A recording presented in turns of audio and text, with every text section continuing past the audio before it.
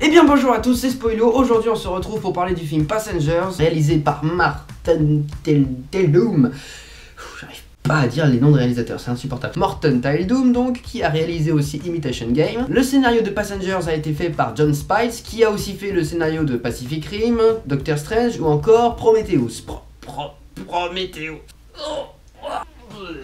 Dans ce film, nous avons comme acteurs Chris Pratt, Jennifer Lawrence, Michael Sheen ou encore Laurence Fishburne. Le budget de ce film s'élève à environ 110 millions de dollars et on va dire que ce film a eu beaucoup de mal à faire succès et aussi les critiques n'ont pas été très sympas avec ce film. C'est pour ça que je vais faire une partie quand même très négative et une partie très positive du film. Comme ça, il y aura un équilibre parce qu'il y a de bonnes choses à dire mais il y a aussi de très mauvaises choses à dire pour ce film. Mais commençons tout d'abord par le résumé du film. À bord du gigantesque vaisseau appelé l'Avalon, 5000 passagers endormis sont en route pour Homestead 2 qui est une nouvelle planète habitable. Mais durant le voyage, une défaillance du système se produit, réveillant accidentellement et 90 ans trop tôt, le passager Jim, joué par Chris Pratt. Vient ensuite le réveil d'Aurora, joué par Jennifer Lawrence. Les deux personnages vont prendre alors rapidement conscience qu'ils n'atteindront jamais la planète paradisiaque qu'on leur avait promis. Avec ce réveil accidentel s'ajoutent des dysfonctionnements majeurs dans le vaisseau, mettant en péril l'ensemble de l'équipage. Jim et Aurora vont alors devoir tout faire pour régler le problème. On va commencer tout d'abord par le côté très négatif du film. Il y a beaucoup de choses à dire dans ce film et pas mal de problèmes au niveau du scénario et au niveau des cohérences qu'il y a dans l'histoire. En effet, tout d'abord, ce film, on n'arrive pas tellement à le placer au niveau du genre. C'est-à-dire, on ne sait pas si c'est plutôt une comédie romantique ou alors un film d'aventure. Quand les deux personnages, Jim et Aurora, se rencontrent, il y a évidemment un lien qui se crée entre les deux, ça c'était inévitable, ils tombent amoureux, etc. Voilà. Ils s'embrassent, ils font des trucs ensemble,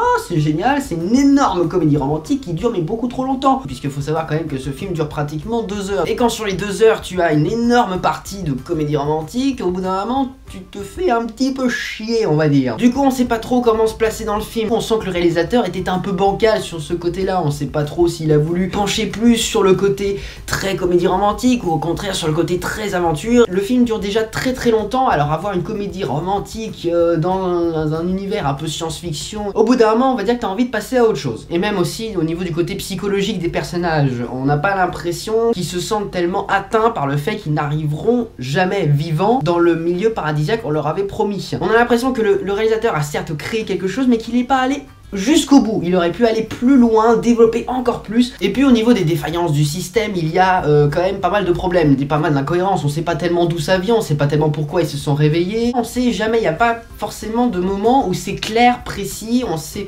vraiment ce qui se passe, on sait vraiment où ils doivent chercher tout ça. C'est un peu... ça reste un mystère. On va dire aussi que la sortie de ce film tombe assez mal, puisque la plupart des autres films qui sont sortis avant retracent en partie les mêmes problèmes, les mêmes histoires, donc ça fait un peu déjà vu. Et avant la sortie de ce film, il y avait quand même Premier Contact de Denis Villeneuve, qui on va dire était plutôt bien réussi. C'était un petit peu compliqué de le sortir à ce moment-là, Passenger. Et aussi bien avant, il y avait The Martian. Alors The Martian aussi, ça a été un énorme problème, puisque ça traite du même sujet en partie. C'est un mec qui est dans l'espace et qui est tout seul.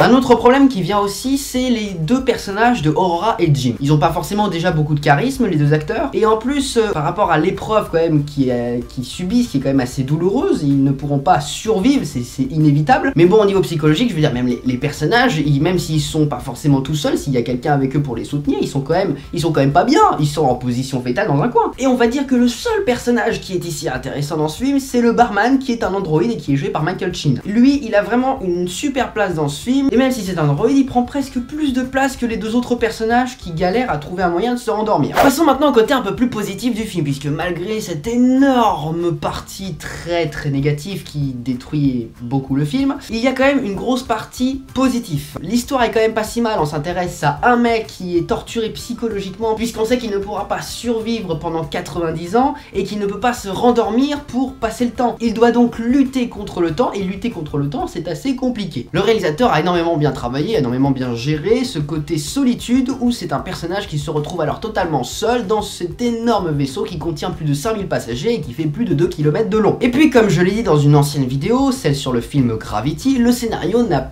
pas forcément une grande importance sur la beauté du film. Le vaisseau est quand même très stylé, il est quand même très beau, la structure est assez impressionnante, on sent vraiment que le vaisseau est gigantesque, les dimensions sont absolument incroyables, les effets spéciaux sont super bien faits, le décor et l'intérieur du vaisseau sont géniaux, et il y a aussi beaucoup de références à des anciens films, comme par exemple Barman dans Passenger, qui est aussi à peu près le même que celui de Shining, et il y a aussi une énorme référence à 2001, l'Odyssée de l'espace de Kubrick. C'est assez évident. Pour conclure, le film est quand même une grosse déception puisqu'il y a une grosse partie émotion qui n'est absolument pas présente, on n'a aucune empathie pour les personnages, on n'a pas pitié pour eux. Le réalisateur se perd totalement dans son histoire au lieu de se concentrer sur un sentiment précis comme la solitude ou l'amour. Et puis le film finit par rester dans les émotions un peu artificielles des productions hollywoodiennes. Le film reste tout de même très beau malgré un scénario bancal et diverses incohérences au niveau de l'histoire, et avec aussi des personnages qui n'ont pas une personnalité très importante, très imposante, ce qui est plutôt dommage. Et bien voilà les gens, la vidéo touche à sa fin, comme l'année 2016 d'ailleurs.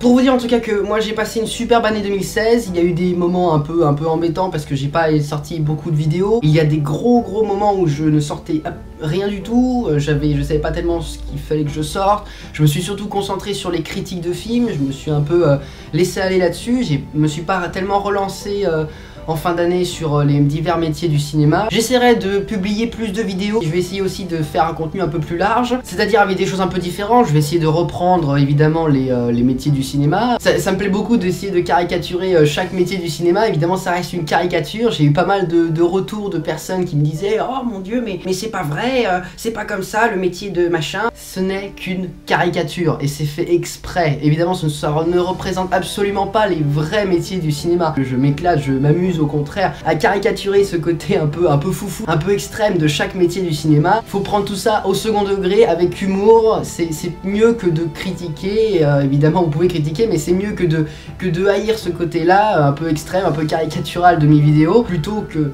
de rire et de passer un bon moment devant les vidéos. Voilà. J'espère en tout cas que vous avez passé de bonnes fêtes de Noël et que cette année 2016 a été super pour vous. On se retrouve début janvier, je vais essayer de revenir vers début janvier, donc mystère, suspense, avec de nouvelles vidéos qui j'espère vous plairont, tout comme cette vidéo. N'hésitez pas à mettre un petit j'aime, parce que ça fait toujours plaisir, voilà. Beaucoup de nouvelles choses nous attendent en 2017. Moi en tout cas je vous dis à très bientôt pour de prochaines vidéos. Passez de bonnes fêtes et je vous souhaite une très bonne année 2017. Allez, ciao!